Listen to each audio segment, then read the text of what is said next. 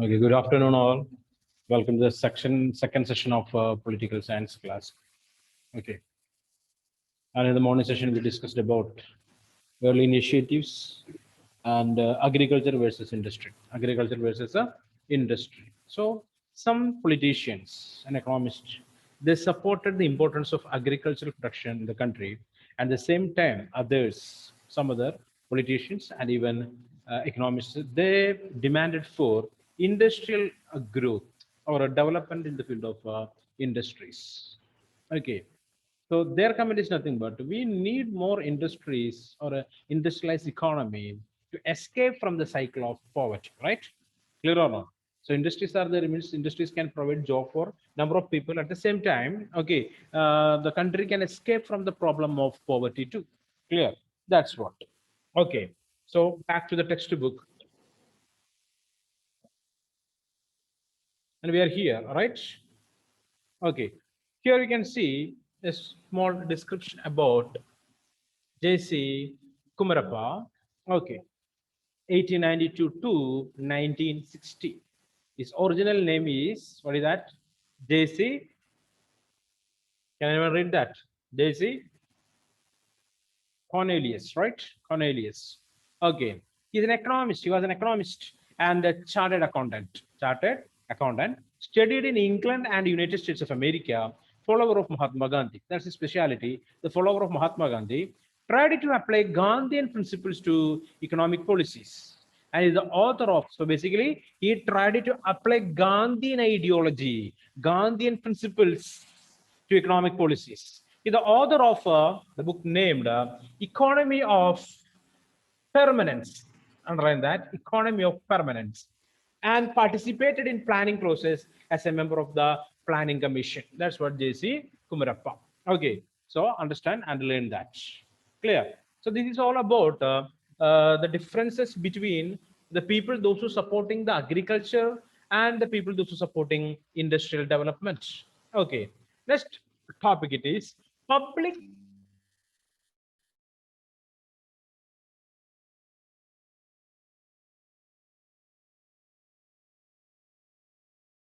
Hello, can you hear me now? Hello. Yes, sir. Okay, thank you. It is public versus private sector. Okay, so already in previous sections we studied about the importance of public sector industries. Clear? Public sector undertaking. Okay, what is the importance of public sector undertaking or PSUs? Can anyone tell me? They PSUs. work for the welfare of citizens and not for profit. Basically, it is functioning for, okay, creating a welfare society. India did not follow any of the two known paths of development. As we know, we are not following capitalism 100%, right? Or socialism is 100%. Clear? It did not accept the capitalist model of development in which development was left entirely to the public sector. Okay, as we discussed earlier, right? Clear or not? We discussed that earlier. What is that? Indian economists or politicians, they are not interested to adopt 100% capitalism, okay, or capitalist based liberal economy. They're not ready to do that. Or they're not interested to provide all these powers to control the means of production to the private individuals, nor did it follow the socialist model in which private property was abolished and all the production was controlled by the state. The same time, the government of India, they are not ready, or the politicians or economists, they are not ready to provide this 100% of production in the public sector also. Okay, clear? Understand? Okay, so we are not ready to follow the socialist mode of production or the capitalist mode of production. Okay. Here, elements from both these models were taken and mixed together in India. Okay. The good elements or good points from these two models, okay, we adopted that, we grabbed that, and we created a new model. That's what a mixed economy. That is why it was described as mixed economy. Underline that. Much of the agriculture, trade, and industry were left in private hands. Okay, here much of the agriculture, trade, industry were left in private hands. The state controlled. Okay, so private parties controlled agriculture, trade, and industry. Trade and industry. The same time, the key industries. What do you mean the key or heavy industries? It is too important for the development of the economy or for the people. That kind of production is controlled by the government. Provided industrial infrastructure, industrial infrastructure, regulated trade and made some crucial interventions in agriculture. Okay. So heavy and key industries are controlled by the government and the same time provided or created industrial infrastructure, made some interventions in agricultural production. Okay, crucial, very important interventions in the agricultural production. A mixed model like this was open to criticism. So already we know that almost all the plants, okay, they're facing a problem. What is that? Criticism. Criticism. What do you mean criticism? Hmm? Arguments against that, right? Yes or no? Or people will stand again with ideology against that following by the government. So it is called to be criticism. So we are free to criticize the government in a democratical system. Is that correct? Are we? Tell me, are we free to criticize? Yes, sir. Yes, we are able to criticize the government, okay, or the government mechanism, administration, bureaucrats. Okay, we are able to criticize. So it's our right, clear or not? Okay, so the mixed model like this was open to criticism from both the left and right. Okay, so left means the people those who supporting PSU, okay, public sector undertaking. Right means the people those who supporting private intervention or private ownership.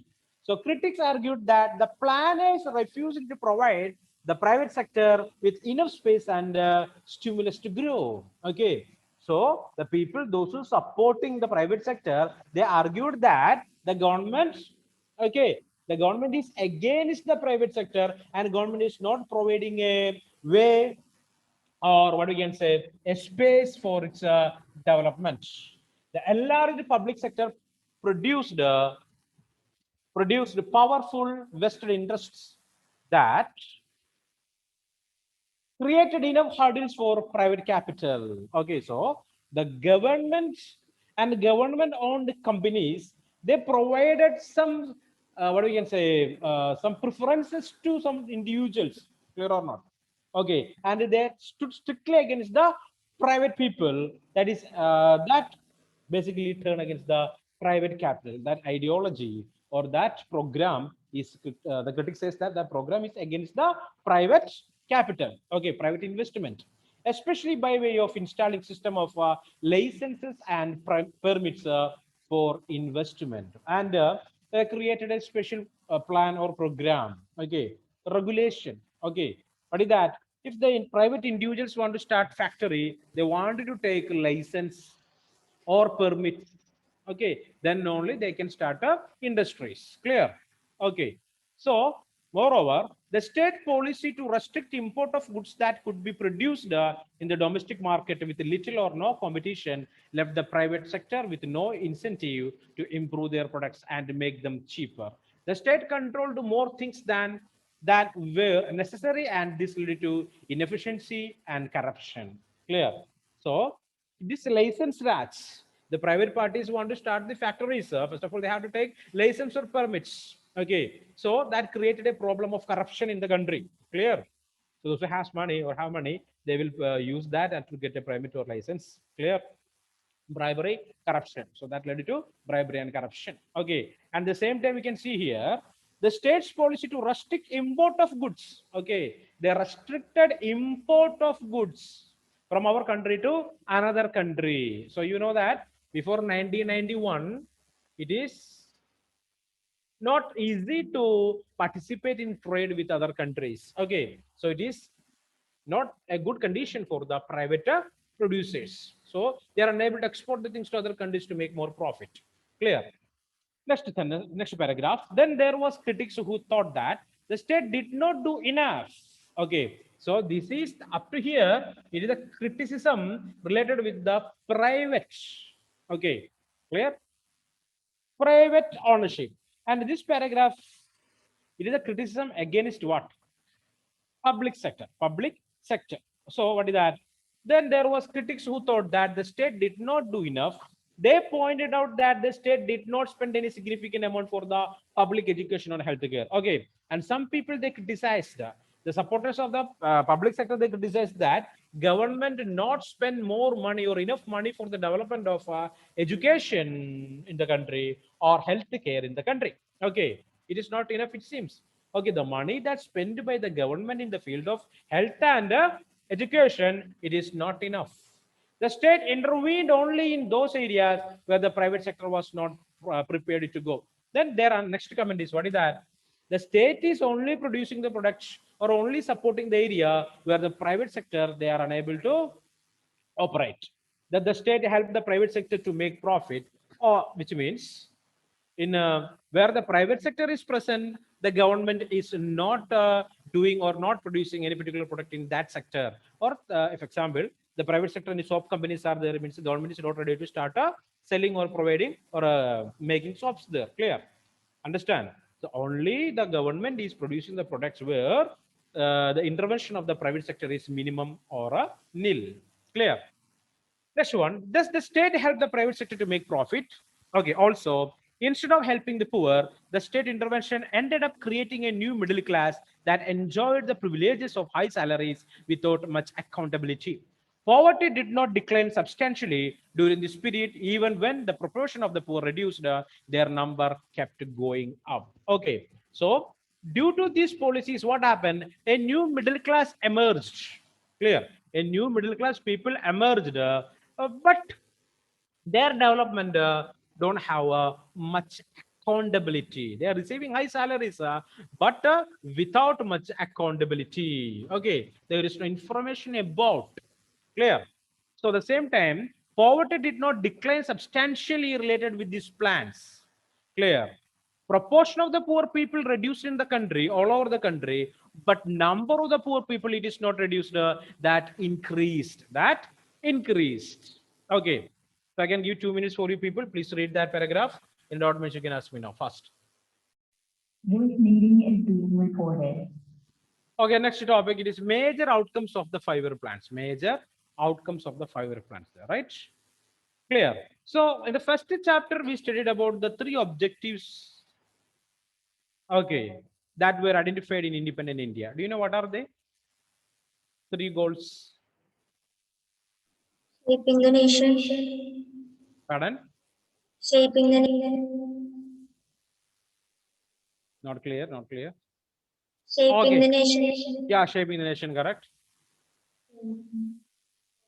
Establishing Establishing democracy, very good. and And achieving development along with achieving welfare. development. Okay, alleviation of poverty, correct. Okay, so these are the 3, or those are the 3 objectives. Very good, Aishwarya. So of the 3 objectives that were identified in independent India, discussed in the first 3 chapters here, the third objective proved most difficult to realize.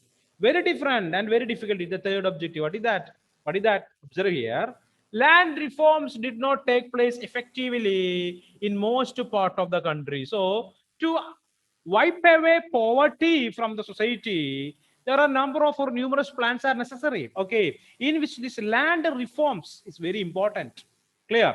The land reform did not take place effectively in most part of the country. What is the reason behind that? Or what are the reasons? Many are there, right?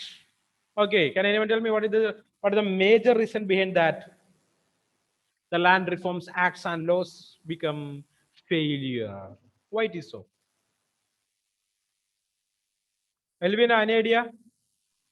The Samandari, Pardon? Samandari, The Zamindari system, okay, or abolition of Zamindari system, that became a failure. Why? and because of the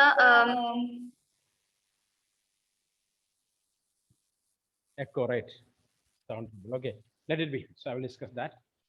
Okay, here you can see land reforms did not take place effectively in most part of the country. Political power remained in the hands of the land owning classes. Clear or not? Okay. So who made the law? The people, those who controlling the government, right or not? Okay, right or not? And who control the government? The rich people, the landlords. Clear? Okay. Here, the big industrialists continued to benefit and thrive while poverty did not reduce much. Okay. Only who benefited from these rules and regulations? The rich class. The rich class. Okay. The poor people not able to enjoy anything from these changes that made by the government. Okay. So political power remained in the hands of the landowning class and big industrialists. Okay, they continued to benefit and thrive while poverty did not reduce much. Underline that. The early initiatives for planned development was at best releasing the goals of economic development of the country and well-being of the citizen, all citizens. The inability to take significant steps in this direction in the very first stage was to become political problem. So we already wrote that it's a political problem. Okay, political problem. Just underline that. Those who benefited from unequal development soon become politically powerful and made it even more difficult to move to the desired direction. Okay, so the big landlords, industrialists, they're economically powerful and they are able to make changes in the existing rules and regulation too. Okay, so is that clear? Okay, next, foundations. The assessment of the outcomes of the early phases of planned development must begin by acknowledging the fact that in this period, the foundations of India's future economic growth was laid. Okay, so the first three five-year plans, we can say that they are the foundation stones for India's economic development. Some of the largest development projects in India's history were undertaken during this period. Okay, very important projects. What are they? The mega dams like Bakranangal, Hirakud for irrigation and power generation. Some of the heavy industries of public sector, steel plants, oil refineries, manufacturing units, defense production, etc., were started during this period. First three five-year plans. Infrastructure for transport and communication was improved substantially.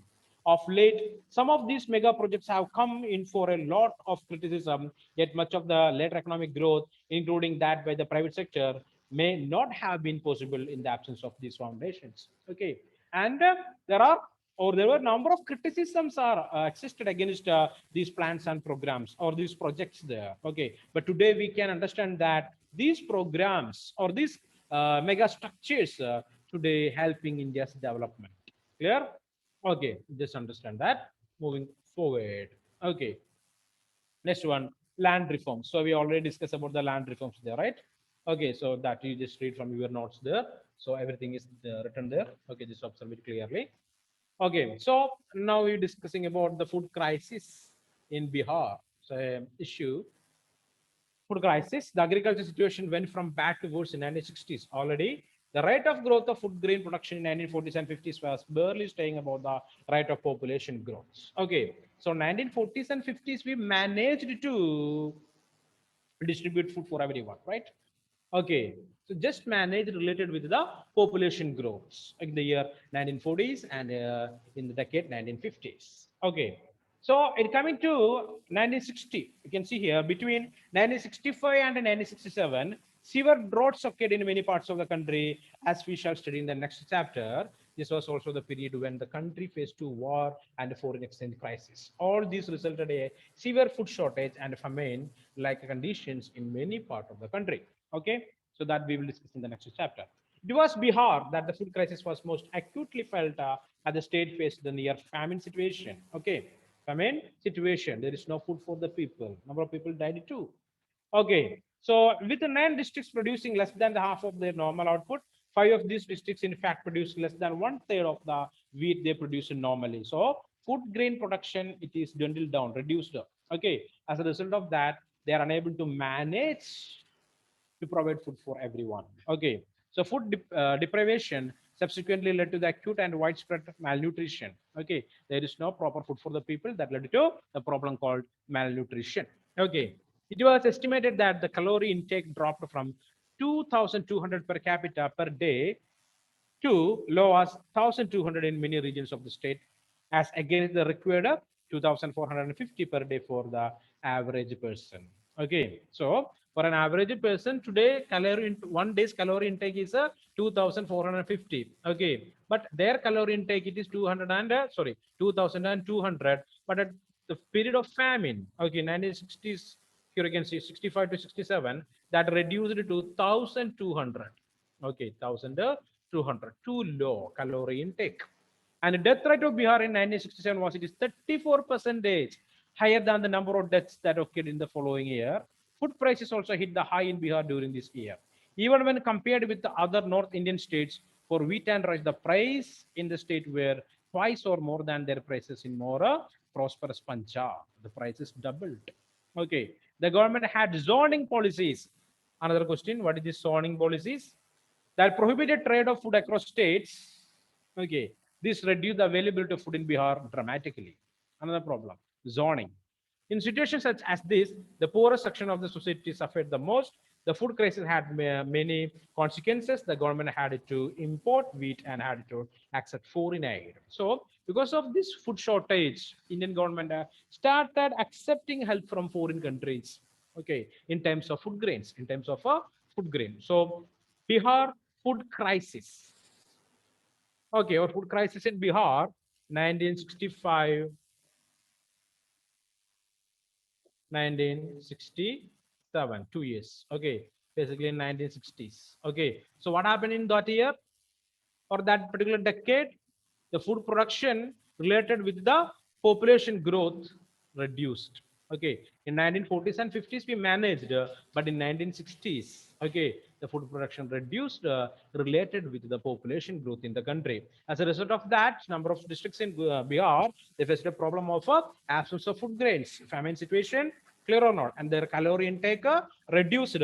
As a result of that, India accepted the foreign aid, foreign help in terms of food grains. Okay, the government had to import wheat and had to accept foreign aid mainly from United States of America. Now, the first priority of the plan is was to somehow attain self-sufficiency in food. Nowadays, we know that we are self-sufficient. Every day we are able to read newses, okay, related with the perished food grains in the godowns or in the granaries of the government.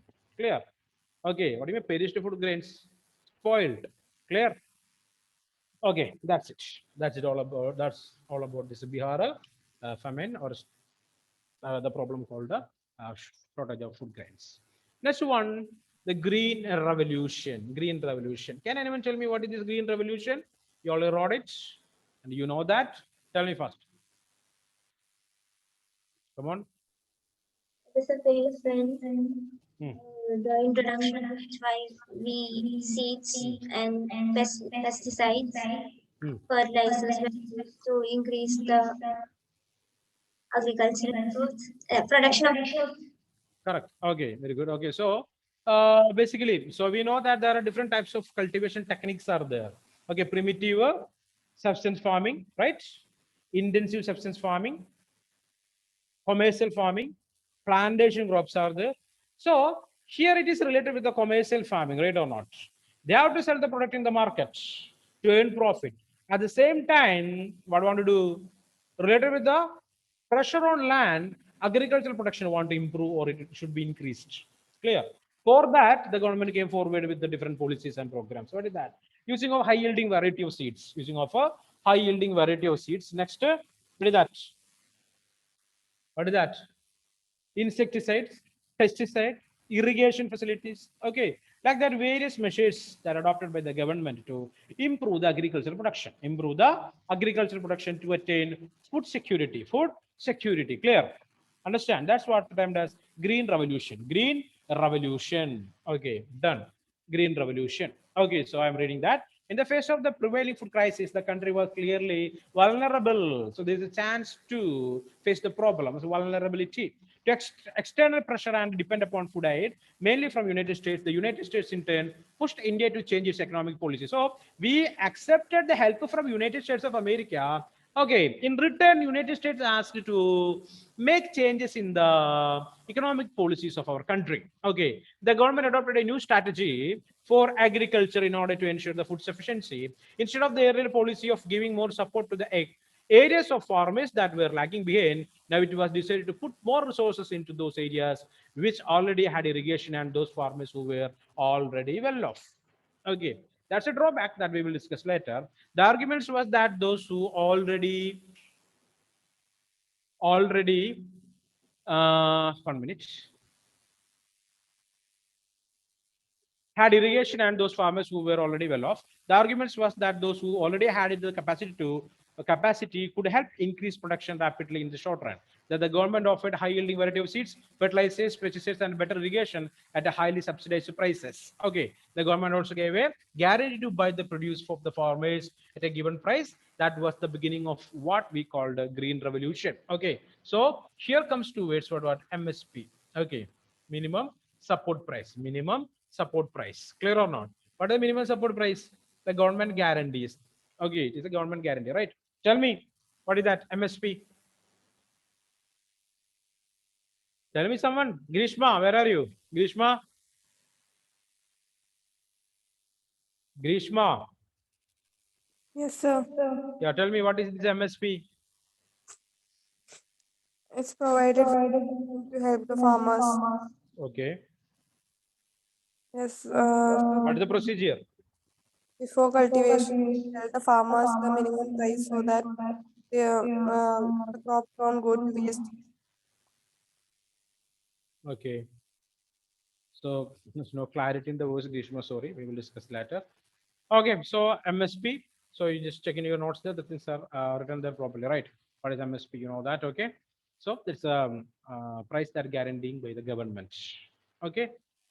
So the green revolution, we already discussed that. And so basically, instead of what you can say, using money in the areas where production of the food grains are low or less, okay, like what the government did, government invested money where the production of food grains are, it is easy or it is available. What are the things needed for the agriculture production, like irrigation, okay, fertilized soil, like that, or good transportation facilities. In that areas, the government invested more to achieve this food security or self-sufficiency in food. Okay, here, here you can see the white revolution. So tell me the person behind the white revolution. Who is that?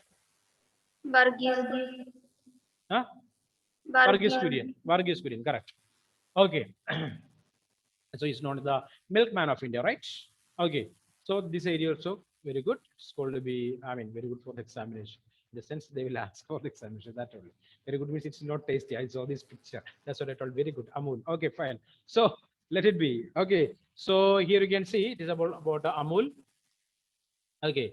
And the white revolution and the cooperative farming. Cooperative farming, right? Okay. Milk production. Okay. So this is what all about.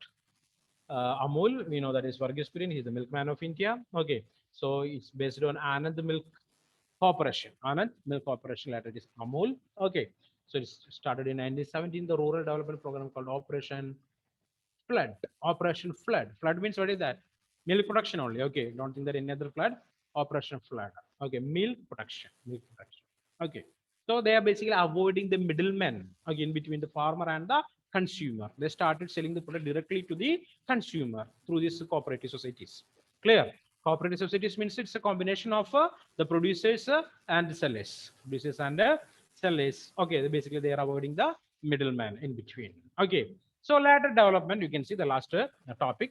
The story of the development in India took a significant turn from the end of 1960s. You will see the chapter 5. How after Nehru's death, the Congress system encountered difficulties. So we will discuss that later in the next chapter, I mean the fifth chapter. Indira Gandhi emerged as a popular leader. She decided to further strengthen the role of the state in controlling and directing the economy. Okay, so Indira Gandhi's plans and programs, the era of Indira Gandhi. The period from 1967 onwards witnessed many new restrictions on private industry. Okay, so the government came forward with the new restrictions on private ownership. 14 private banks were nationalized. Okay, what happened? 14 private banks were nationalized, and that came under the control of the Reserve Bank of India. Reserve Bank of India nationalized banks. These changes were accompanied by an ideological tilt toward the socialist policies. At the same time, the government policies, or basically the government started adopting the socialist ideologies or the socialist policies. This emphasized generated heated debates within the country among the political parties and also among experts. So the government started using the socialist programs or policies that created number of debates in the country, okay, arguments in the country. Okay, however, the consensus of the state, sorry, for a state-led economic development did not last forever. Planning did continue, but its salience was, or importance was, significantly reduced. Okay, so the importance of planning reduced after 4 or 5 plans there. Okay, between 1950 and 1980, the Indian economy grew a sluggish per annum rate of 3 to 3.5 in view of the prevailing inefficiency and corruption in some public sector enterprises. So, due to corruption and inability of the government and the public sector, okay, what happened there? Our economical development reduced, and the not so positive role for the bureaucracy in the economic development and the bureaucrats. Who's a bureaucrat officer, right? Is or no? The government officer is termed as a bureaucrat. So these government officials and their activity also created problem for the development. The public opinion in the country lost the faith in initially placed in many of the institutions. So the public, they lost faith on the government. I mean, basically the government institutions, not the government, but government institutions, officers, bureaucrats, they created the trouble here. Okay, so let it be. Such lack of public faith led to the policymakers to reduce the importance for the state in India's economy from the 1980s onwards. We shall look at the part of the story to it the end of this book, right? Definitely. So the government came forward with the different programs and policies, but the bureaucrats, they are basically not allowing the people to enjoy all these things there. I already told you that the comment that made by Rajiv Gandhi, right? Okay, so bureaucratic trouble. Okay, so the policy makers or plan makers after 1980s, their interest on creating such kind of plans or plans for the development of the country that reduced. Clear or not? Okay, that's it. That is all about this chapter. Again, the next class, I want to start a new chapter. So you can, if you have any doubts, means you can raise that, no problem. And I will upload the notes along with the NCRT solutions today. Okay, NCRT solutions. I have to read this properly. This question says for periodic test, basically all the questions will come from the textbook only. You can see there are a number of choose the correct answers are there. Okay, 1, 2, 3, 4. Okay, so math the following also is there. So your homework for tomorrow, up to 6 you have to learn. Okay, clear or not? Tomorrow in the sense Thursday, right? There is no class tomorrow, so you can take one day to learn all these questions. So not 6, 7. Okay, increased one up to 7. Fifth one, you know that what were the major differences in the approach to development at the time of independence? Has the debate been resolved? What were the major test of the first 5-year plan? In which ways did the second plan differ from the first one? What was the Green Revolution? Mentioned to positive and to negative consequences of the Green Revolution. Okay, these are the NCRT questions. Up to 7 you should read. Now write one question. All of you write one question.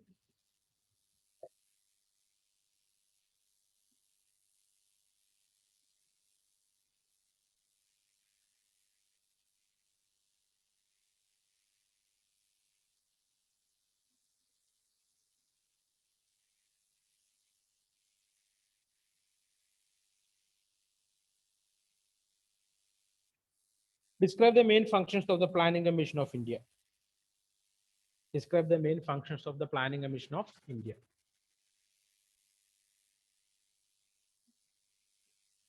Describe the main functions of the Planning Commission of India. Right on. The Planning Commission was set up in 1950.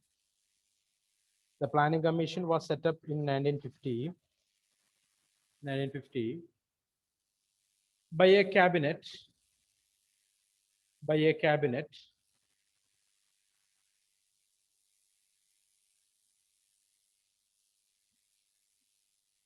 resolution, RESOLUTIO resolution, cabinet resolution, as an extra constitutional body, as an extra constitutional body, as an extra constitutional body as an extra constitutional body.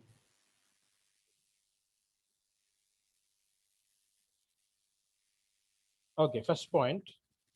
It took advisory, sorry, it look LWOK. It look advisory in nature, advisory in nature, but it is very powerful to be, but it is very powerful to be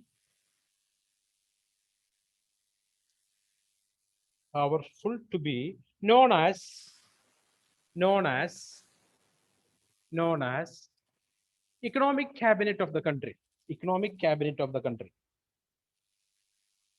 economic cabinet of the country.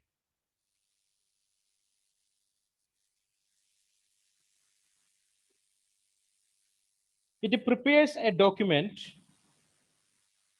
it prepares a document, it prepares a document, it prepares a document to have planned for, they prepare a document to have planned for income and expenditure, income and expenditure for 5-year plans, income and expenditure for 5-year plans.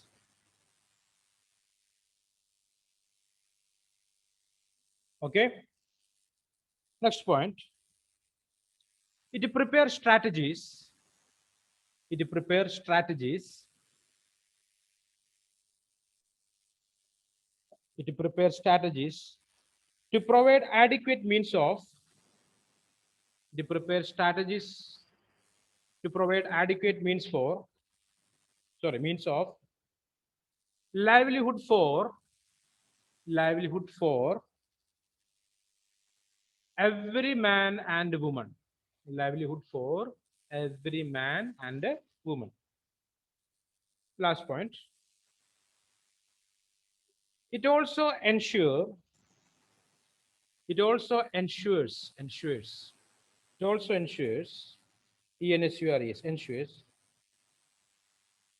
not to concentrate not to concentrate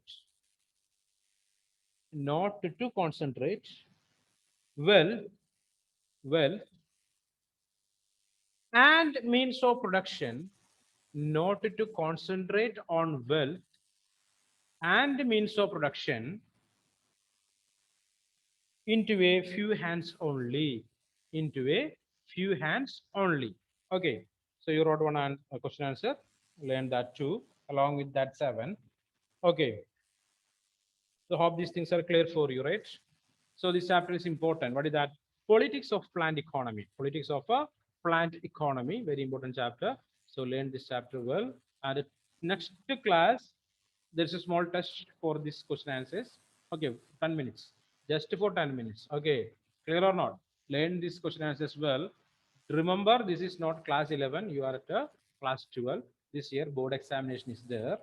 Okay, the corona will go before the examination anyway. Okay, the third wave, fourth wave, everything will finish. Anyway, you people will write. Okay, is that correct, Mr. Amalraj?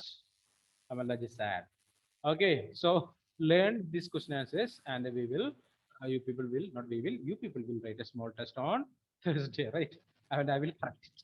Okay, guys, so we will meet in the next session. Thank you. I will send the notes today. Okay, bye.